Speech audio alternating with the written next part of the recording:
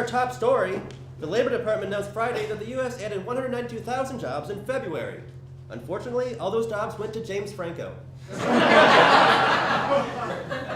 Tuesday, a Democratic congressman defeated the computer Watson in a mock game of Jeopardy! It's likely to be the only contest the Democrat wins until 2016.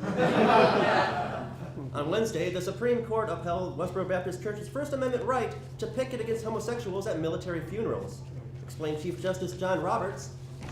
Yes, but we also upheld the First Amendment rights of all Americans to call members of the Westboro Baptist Church shitheads, shit-eaters, shit-fuckers, shit-suckers, ass-biters, fart-smellers, assholes, buggers, and tits. New Jersey Governor Chris Christie said in an interview this week that he's confident he can beat Barack Obama in an eating contest. The reopening of the Egyptian stock market was delayed this week after being closed for a month. Brokers are reluctant to invest in the market because they believe it's just a big pyramid scheme.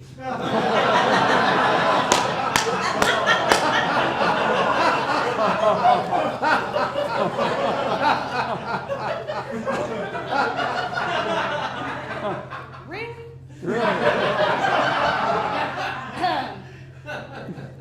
A new bill being introduced in Texas will outlaw the hiring of illegal immigrants except for housework or yard work. The bill is expected to result in the loss of 0 jobs. Brigham Young University has suspended basketball player Brandon Davies for having premarital sex with his girlfriend. BYU will reinstate Davies once he marries her and at least one other woman. Pagans are mad at Charlie Sheen for calling himself a warlock. Meanwhile, his dad Martin is mad at Charlie for calling himself a Sheen. And now we're Hard News Meets Hollywood. Here with the entertainment news, it's the actor who won an Oscar for The Fighter last week, Christian Bale. It's fucking distracting.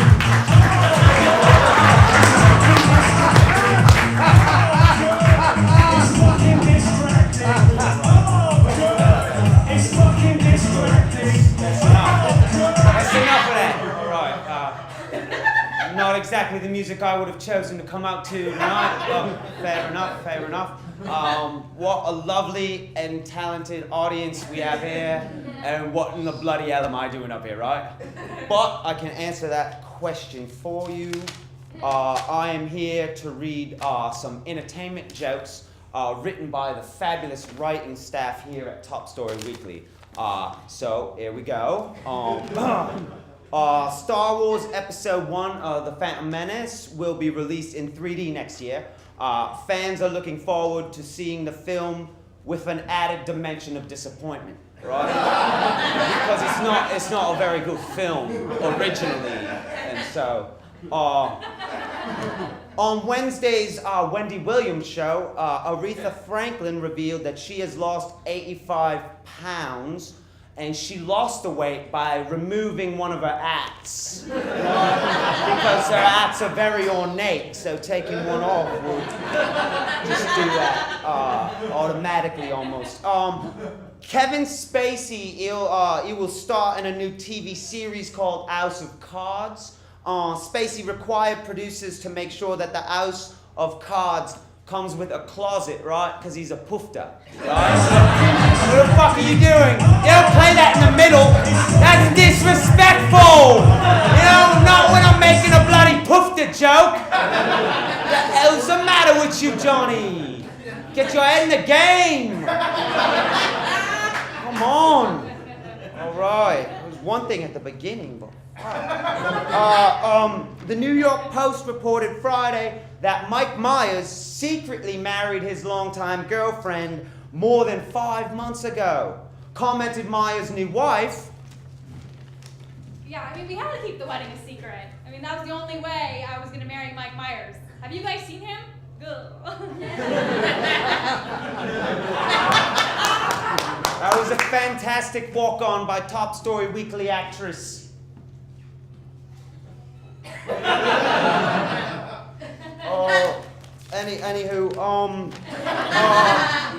Finally, Wednesday would have been the 61st birthday of Karen Carpenter, So fans celebrated by getting a big birthday cake and then not eating any of it at all. What are you doing, man? You don't play the song 3 bloody times in a fucking thing. You want me to fuck with all your lights? I see them. They're all right up there and they're shitty. What do you got? 4 park hands and a couple of spots? You're amateur, man. We're fucking done here. Fuck.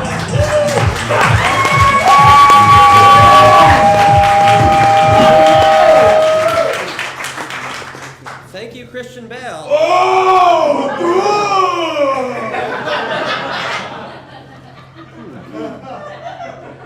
Ben & Jerry's has created a flavor of ice cream based on Jimmy Fallon. Commented Fallon. Yeah. Ben & Jerry's, they created an ice cream flavor based on me, and no one will enjoy the ice cream flavor, but the ice cream flavor will enjoy itself very much. I can't keep going.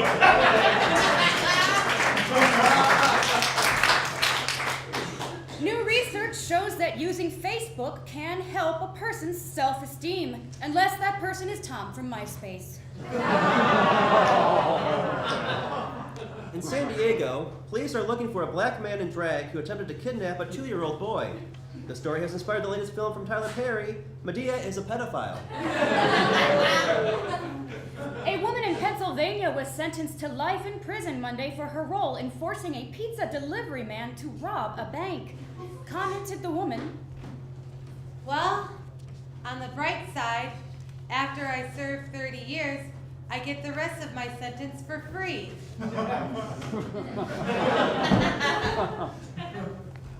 A new study shows that a person tends to make better decisions if they have a full bladder, unless their bladder is full of tequila.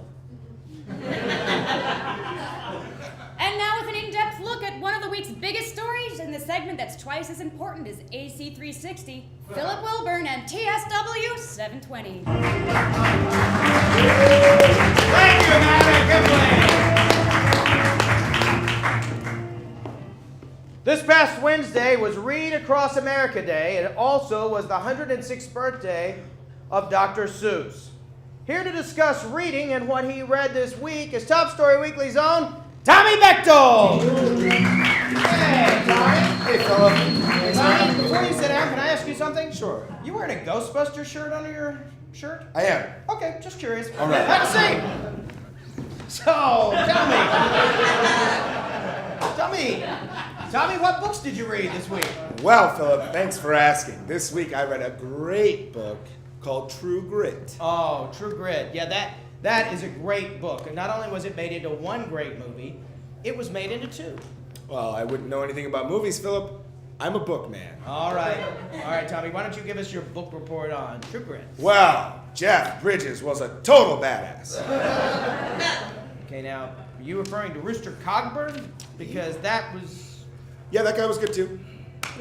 Now, see, Jeff Bridges played Rooster Cogburn in the movie. Are you sure you read the book? Yeah. I read the pages. I read the table of contents. I read the cover. I read about the author. Jeez. Okay, I'm sorry. I didn't mean to ask. Well, I hate to ask, but did you read anything else? Yeah, I went after some other prime literature. Classic this time. Oh, what did you read? Like Moby Dick, Huckleberry Finn? Ghostbusters 2. Not as good as the first one, but it still managed to pack all that non-stop roller coaster action that really lets you dive into literature.